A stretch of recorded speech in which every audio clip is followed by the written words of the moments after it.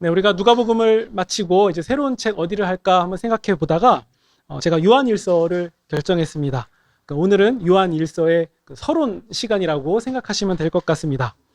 여러분, 요한일서의 기록자가 누구일까요? 라고 질문하면 우리는 당연히 뭐 요한이지 이렇게 생각하는데 사실은 조금 논란이 있습니다. 사도 바울 같은 경우에는 나 사도 바울이 너희에게 편지를 쓴다 이렇게 처음에 밝히는데 요한은 이 요한일서에서 이것을 밝히지 않습니다. 뭐 내가 썼다 이런 말이 없기 때문에 저자가 누구냐 이런 논란이 살짝 있기는 한데요. 그럼에도 이 많은 이 보수적 학자들과 또 초기 교회들과 또 초기 교회 지도자들의 기록이나 증언에 의하면, 그리고 전통과 기록에 의하면 이 요한일서는 사도 요한이 기록한 것이다 라고 말하고 또 그렇게 받아들입니다. 그리고 우리가 읽은 이 본문을 가만히 보시면 어디서 본 것 같지 않습니까? 창세기가 생각나고, 제가 이 창세기를 마치 오마주하듯이 썼던 복음서가 하나 있다고 말씀드렸는데 태초에 말씀이 계시니라. 어디죠? 요한복음이잖아요. 제가 요한복음 읽어드릴게요. 요한일서를 한번 보세요. 1절을 보시면, 1절 보시면 제가 요한복음을 읽어드릴게요. 요한일서를 보세요. 태초에 말씀이 계시니라. 이 말씀이 하나님과 함께 계셨으니 이 말씀은 곧 하나님이시니라. 그가 태초에 하나님과 함께 계셨고. 어떻습니까? 요한일서 1절, 2절하고 비슷하지 않습니까? 그리고 요한일서 5절 보시겠습니까? 제가 요한복음을 읽을게요. 요한일서 5절을 보세요. 1장 5절. 그 안에 생명이 있었으니 이 생명은 사람들의 빛이라. 빛이 어둠에 비치되 어둠이 깨닫지 못하더라. 비슷하지 않습니까? 네, 그래서 이런 내적인 정황을 봐도 요한일서는 사도 요한이 썼을 것이다 라고 받아들입니다. 그러니까 문체도 비슷하고 시선도 비슷하고 신학도 비슷합니다. 그래서 우리가 요한복음을 나눴던 경험이 있으니까 이 요한일서도 잘 이해하실 거라고 생각이 듭니다. 여러분, 이 요한일서를 썼을 당시의 이 상황을 좀 말씀드려보면요. 요한일서는 주후 85년에서 95년 사이에 기록됐다라고 이렇게 학자들은 추정하고 있는데요. 이 성경학자들의 견해에 의하면 요한복음을 더 이른 시기에 썼을 것 같고, 그 다음에 이제 요한 1서, 2서, 3서 이렇게 쓰지 않았을까라고 생각을 합니다. 근데 그때는 이 교회들이, 이 초대 교회들이 극심한 박해를 받던 시기였거든요. 그 당시 로마 황제는 도미티안이라는 자였는데 그 교회가 황제 숭배를 하지 않는 부분이라던가 여러 가지 면에서 이 당국에 비협조적이다라고 생각을 해서 그 신자들을 처형했습니다. 뭐 참수형을 내린다던가 아니면 원형 경기장에 맹수를 풀어놓고서는 도망다니게 하다가 뜯겨서 먹히게 한다던가 아니면 재산을 몰수하고 추방을 시킨다던가 아니면 뭐 유배를 보낸 일도 있고 아니면 십자가 형벌에 처하게 하기도 했습니다. 그러니까 당시 교회가 겪었던 그런 순환이 그런 일들이었다는 거죠.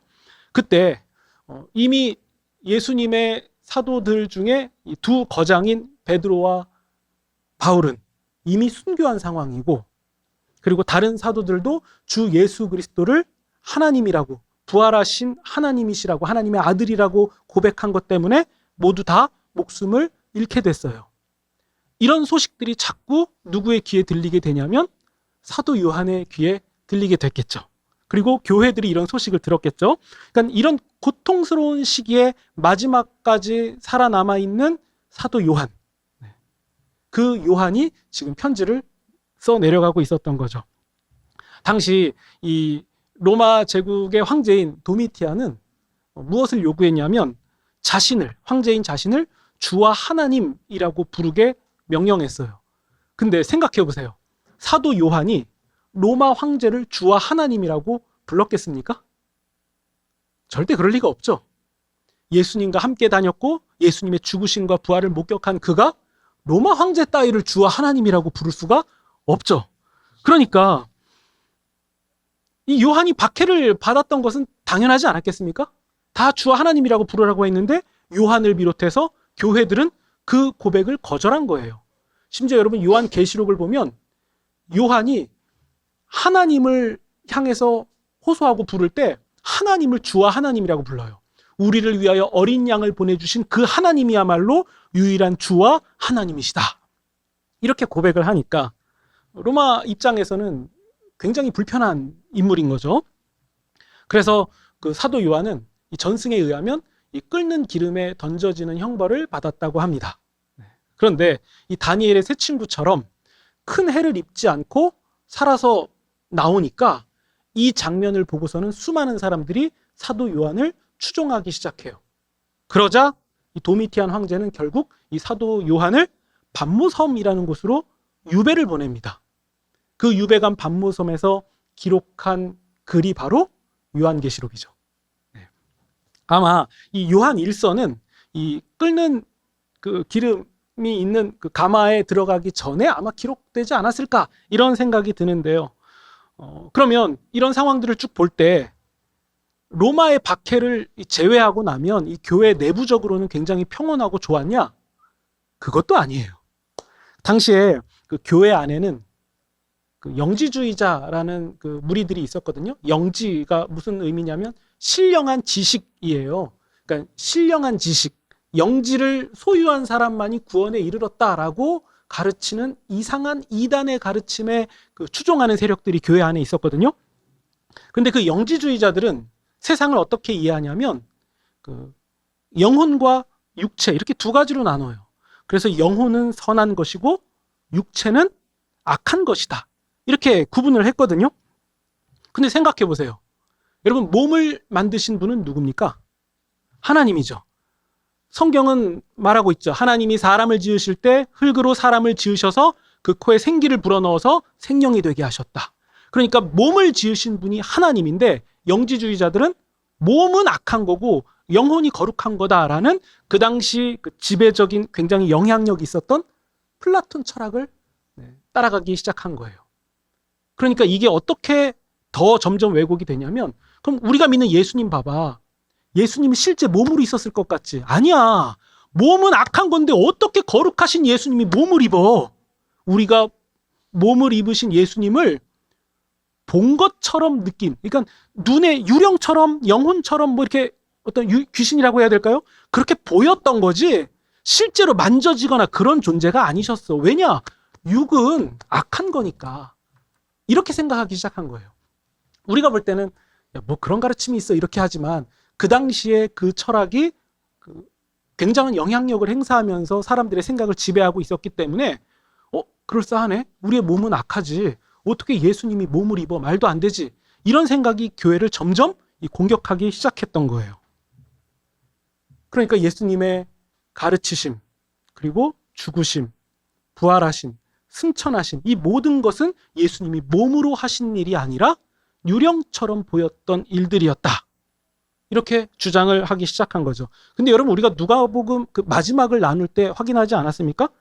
누가복음 마지막에 이런 구절이 있습니다. 24장에 예수님이 못자국 난 손과 발을 보여주시면서 나를 만져보라. 영은 살과 뼈가 없으되 너희 보는 바와 같이 나는 있느니라. 누가가 예수님이 하신 이 말씀을 왜 누가복음에 기록해서 전했는지 알 것 같지 않습니까? 영은 살과 뼈가 없지만 나는 있다 라고 예수님이 분명하게 말씀하신 부분. 그리고 요한복음 끝에서는 예수님의 부활을 받아들이지 못하는 도마에게 예수님이 뭐라고 말씀하시냐면 너의 손가락을 내밀어서 내 못자국과 창자국에 넣어보라. 그리고 믿는 자가 되라 라고 말씀하셨다는 사실을 사도 요한이 기록하고 있죠. 왜 기록했는지 알 것 같지 않습니까?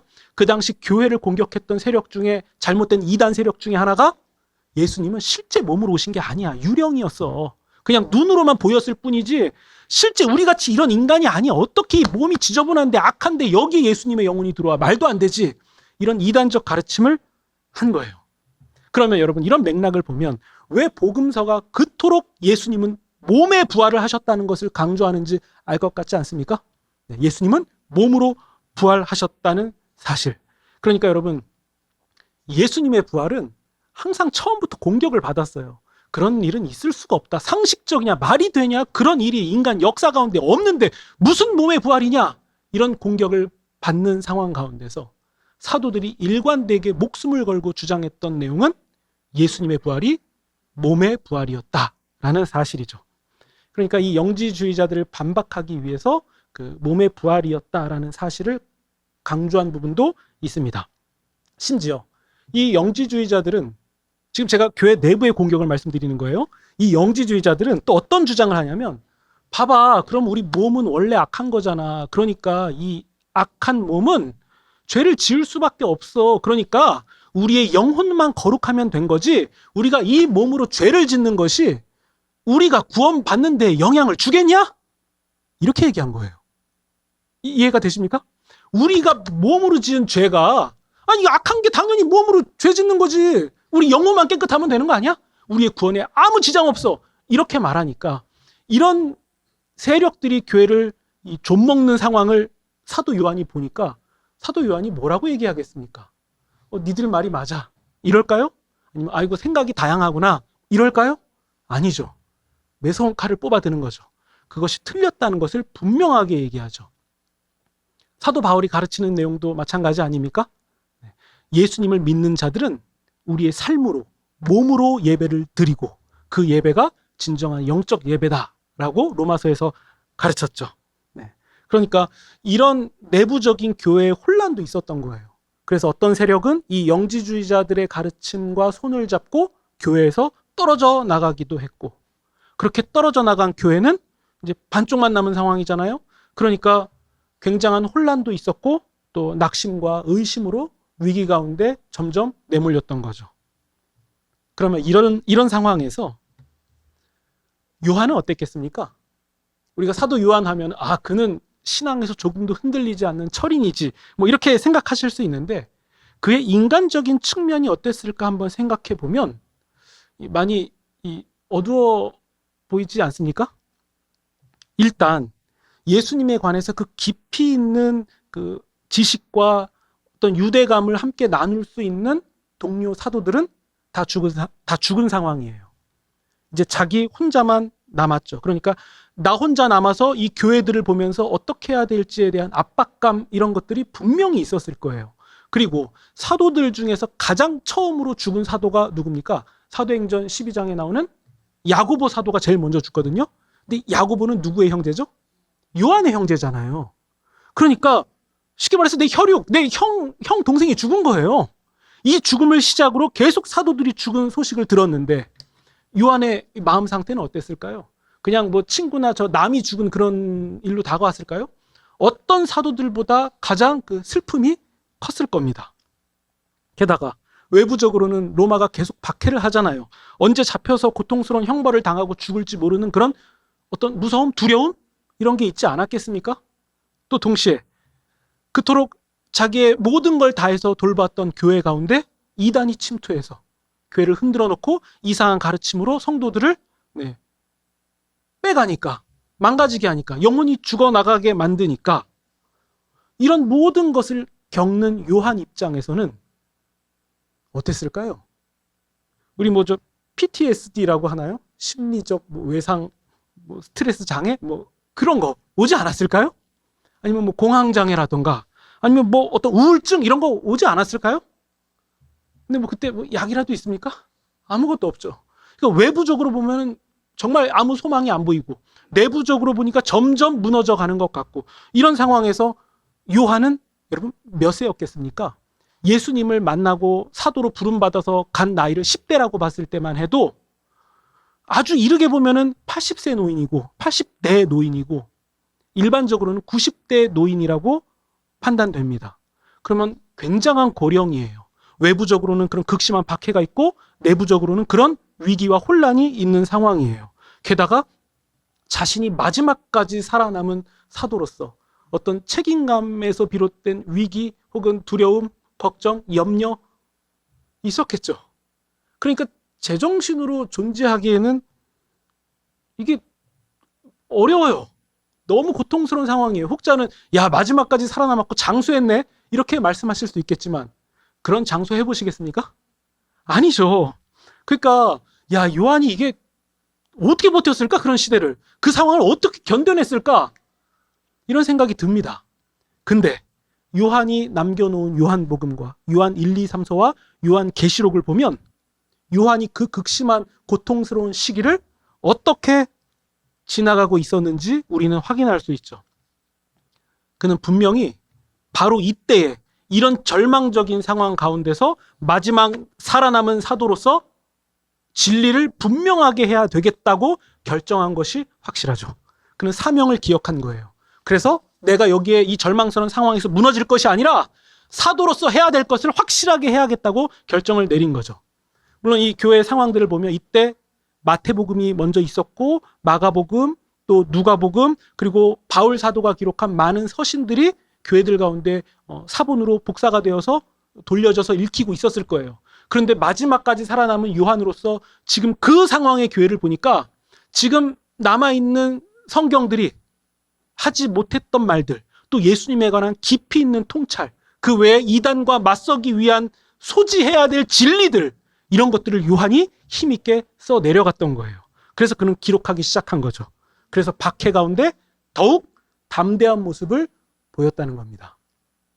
여러분, 그 기록 중 하나가 요한 1서예요. 이제 이런 배경을 다 아시고서 한 절 한 절 보시면 이제 남다르게 다가오실 거예요. 한번 1절을 보시면요.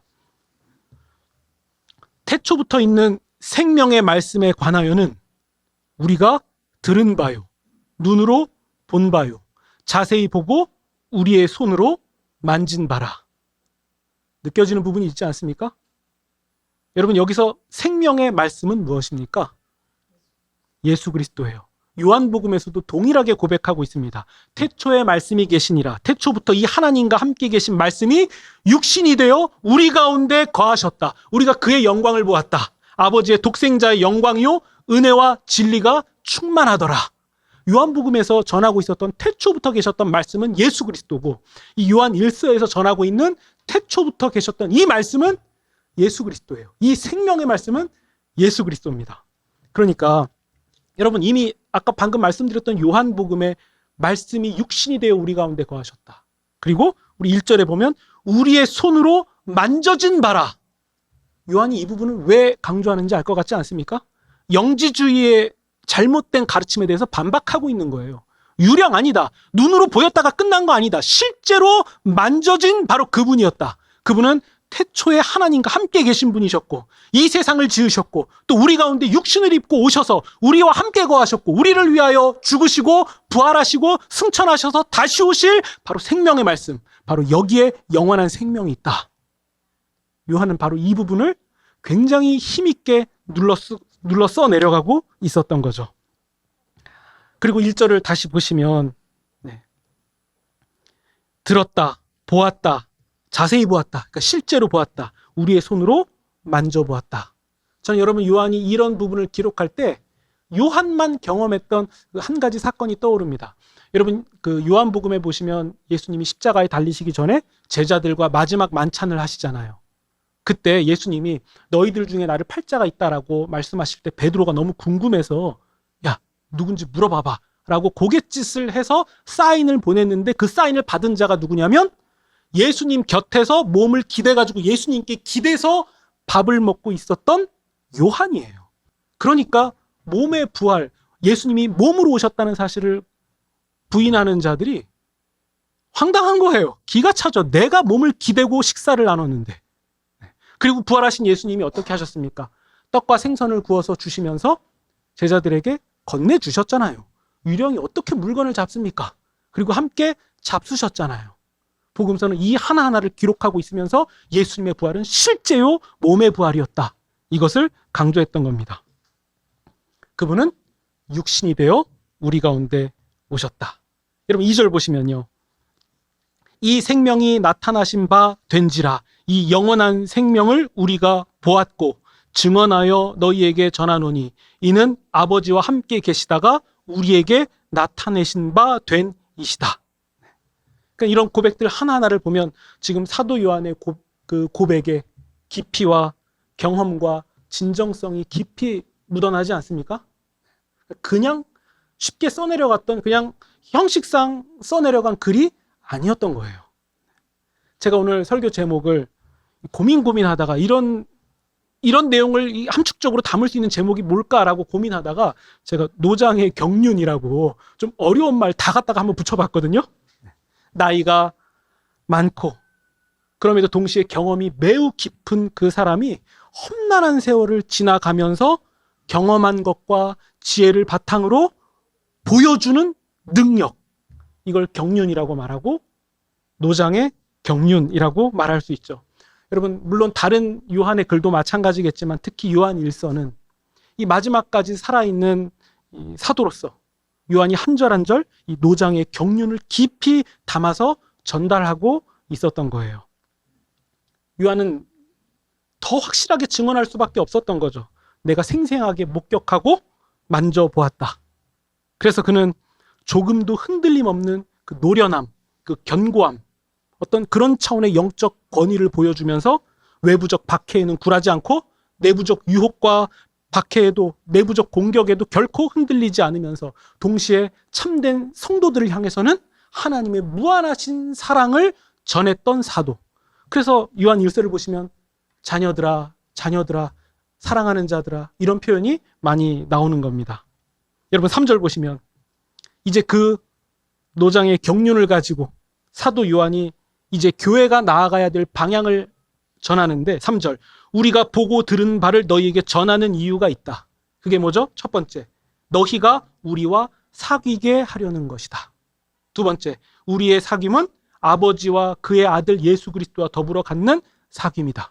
두 가지 사귐이 나오죠. 우리와 사귐, 그리고 우리와 사귐이 결국 하나님과 예수님과의 사귐으로 이어진다는 것을 말하는데, 이 일은 4절, 결국 내가 이 글을 쓰는 목적은 우리의 기쁨이 충만하게 하려 함이라. 그러면 이제 이걸 보면 와, 되게 희망차네요 라고 생각이 드실 수 있겠는데, 아까 제가 처음에 설명드렸던 부분을 한번 생각해 보세요. 외부적인 박해, 내부적인 공격, 위기. 그럼 여러분, 고령인 그가 그런 상황 가운데서 사실은 기뻐할 이유가 없어야 맞는 거 아닙니까? 지금 이런 부드러운 말을 할 때입니까? 우리가 기쁨을 함께 누리고 싶다, 함께 교제하고 싶다, 이런 부드러운 말을 할 때입니까? 지금 외부적으로는 언제 죽을지 모르고 내부적으로는 계속 성도들이 공격을 당하고 있는데, 솔직히 이런 심정일 것 같아요. 아니, 이런 상황 가운데서 예수님 믿는 게 무슨 부귀영합니까? 예수님 믿으면 뭐 밥이나 먹여줍니까? 아니, 생명 하나 이거 간신히 붙잡고 있는 것도 너무 어렵게 만들어지는 것이 예수 믿는 건데 믿어야 됩니까? 이렇게 말해야 되지 않을까요? 그러니까 우리가 지금 요한의 상황을 보면 요한이 말하는 이 일들, 우리의 기쁨이 충만하게 하려 함이라, 이게 너무 사치스러운, 아니 현실을 반영하지 않은 이상한, 정신이 온전하지 않은 사람의 고백처럼 보여요. 근데 요한이 다 알면서 자기의 동료들이 다 죽었고 마지막 남은 사도로서 왜 이 사실을 기록하고 있겠습니까? 자기의 현실, 그 무엇을 갖다 들이댄다 할지라도 결코 포기할 수 없는 한 가지의 진리, 사실, 그것을 그가 보았고 만졌고 경험했기 때문이에요. 그래서 그는 이 사실을 힘있게 전하고 있었던 거죠. 그러니까 여러분, 저는 이런 상황들을 보면 볼수록 3절이 좀 의미심장하게 다가옵니다. 읽으면 읽을수록 이 3절은 예수님이 하셨던 아주 중요한 말씀을 요한이 나름대로 이해해서 교회에 말하고 있는 게 아닐까, 이런 생각이 들어요. 우리 1절, 2절을 보시면 태초부터 나타나신 생명의 말씀, 하나님과 함께 계시다가 만져지도록 나타나신 그 말씀이 육신이 되어서 오셨고 그 예수님을 따라가는 삶. 여러분, 예수님은 바로 그 예수님이 하신 말씀, 온 율법과 선지자의 강령이라고 하신 그 말씀, 그게 뭐죠? 하나님을 사랑하는 것과 이웃을 사랑하는 것이다. 첫째는 하나님을 사랑하는 것이고 둘째는 그와 같으니 이웃을 너 자신같이 사랑하는 것이다. 이 개념을 가지고 3절을 다시 한번 보세요. 우리와의 사귐은 이웃사랑에 해당하는 것 같고 그 이웃사랑이 하나님 아버지와 예수 그리스도를 사랑하는 길로 인도한다라는 의미로 다가오시지 않습니까? 그러니까 요한이 3절을 기록했을 때 분명히 예수님이 강조하신 그 말씀, 하나님을 사랑하고 이웃을 사랑하라, 바로 이 말씀을 그가 생각하고 떠올려서 이 고통스럽고 괴로운 시기에 우리가 따라갈 것은 변함없다, 동일하다, 예수님이 오셔서 전하신 그대로다, 하나님을 사랑하고 이웃을 사랑하며 살아가는 것이 이 절망스러운 시기, 이 절망스러운 외부적, 내부적 상황을 이기는 길이다. 오직 하나님을 사랑하고 이웃을 사랑하는 진리다. 여러분, 이건 요한의 말뿐만이 아닙니다. 바울도 그랬잖아요. 남을 사랑하는 자는 율법을 다 이루었느니라. 로마서에서 바울도 똑같은 고백을 했습니다. 그러면 여러분, 왜 이 3절의 내용이 4절에 나온 것처럼 우리의 기쁨이 충만하게 되는지 알 것 같지 않습니까? 생명이신 말씀을 따라가는 길이 되기 때문에 이 죽음의 공포가 힘있게 달려온다 할지라도 괜찮은 거예요. 왜냐? 우리는 영원한 생명을 이미 가졌고 우리 안에 있고 우리는 그 생명을 따라가고 있기 때문에 우리는 이겨낼 수 있다, 지나갈 수 있다라고 고백하게 되고, 그래서 그런 절망 가운데서도 우리는 기쁘다라고 고백할 수 있었던 거죠. 그러니까 여러분, 사도 요한의 현실은 분명히 이 동료들의 순교 소식과 함께 고독과 큰 압박을 느끼고 있었을 거예요. 그리고 계속 피비린내 나는 어떤 박해와 풍파 때문에 분명히 두렵고 외로웠을 겁니다. 그럼에도 요한은 자기가 기록한 요한복음의 그 끝에서 나오는 내용, 그 베드로와의 일이 계속 생각났고 그것이 자기를 붙잡았을 것 같아요. 그게 뭐였냐면, 제가 지난번에 말씀드렸던 것처럼 베드로가 그러잖아요. 예수님이 베드로한테 너 원치 않는 죽음을 당하게 될 거야 라고 할 때 베드로가 그러면 저 요한은 어떻게 됩니까? 라고 질문을 해요. 그때 예수님이 분명하게 말씀하세요. 나 예수가 다시 오는 날까지 사도 요한을 살아있게 한들 베드로, 그건 너와 무슨 상관이냐? 베드로, 너는 나를 따르라 라고 예수님이 분명하게 말씀하셨어요. 그러니까 요한도 마찬가지죠.